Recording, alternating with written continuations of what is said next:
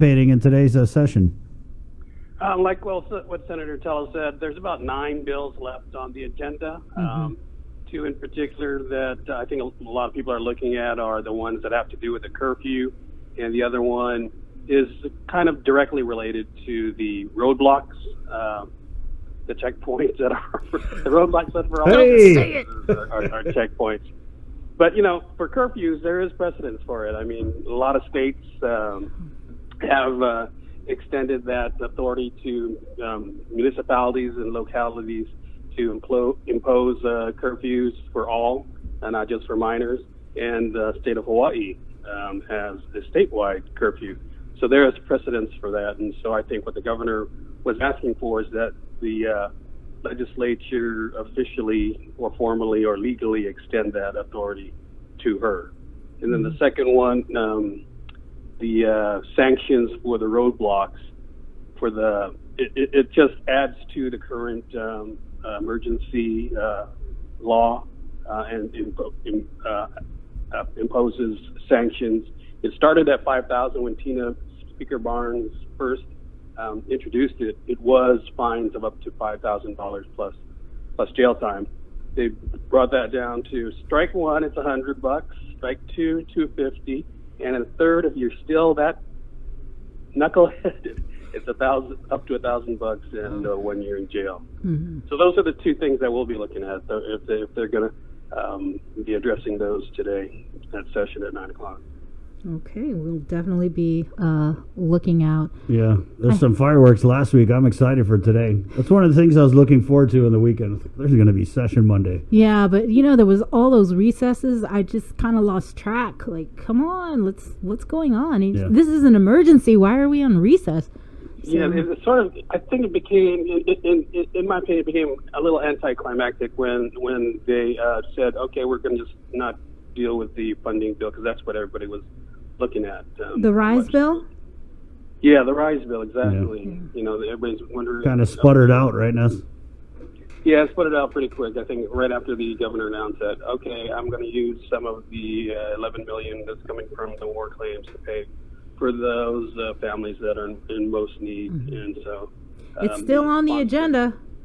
Yeah, the sponsor of the bill said, okay, we're going to hold this for now. And so it's been... I think she saw the writing on the wall that if the governor came out with her plan, then, the governor's got those 4 or 5 votes that she can always count on the legislature. So maybe she just anticipated so that's been just kind of set aside at this point. But, just getting back to the roadblocks, too. Yeah.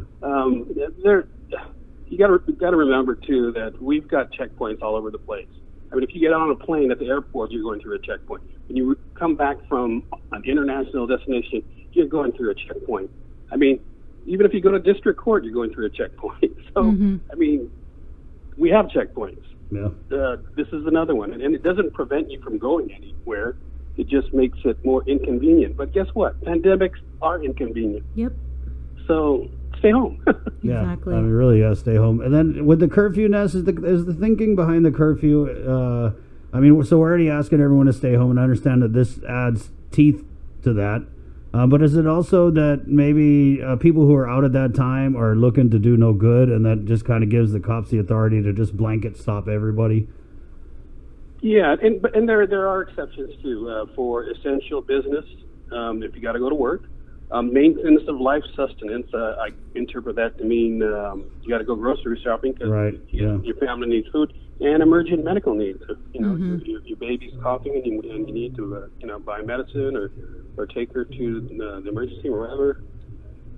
Yeah, to me the concerning thing is that personal interaction when you have to roll down your window and you have the National Guard, communicating with where you're going, and maybe we should go back to looking into signs or something because it's that National Guard. Yeah, that National Guard person, whoever's working, is constantly meeting with people all the time, rolling down the window, and so that was the concerning thing for me. I'm surprised they don't have like bullhorns, and making these announcements. And like that little stick they use to pick up the cigarette butts, and put the pamphlet on there. Or just the bullhorn would work, it's loud and it's booming. Because it goes both ways, the exposure risk. Right? Yeah.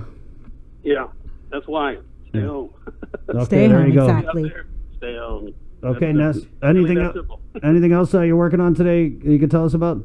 I think I'm going to be talking with someone who was part of a group that came back from the Philippines and was quarantined, of course. And I guess in his particular case, he's still in quarantine, so we'll get his story.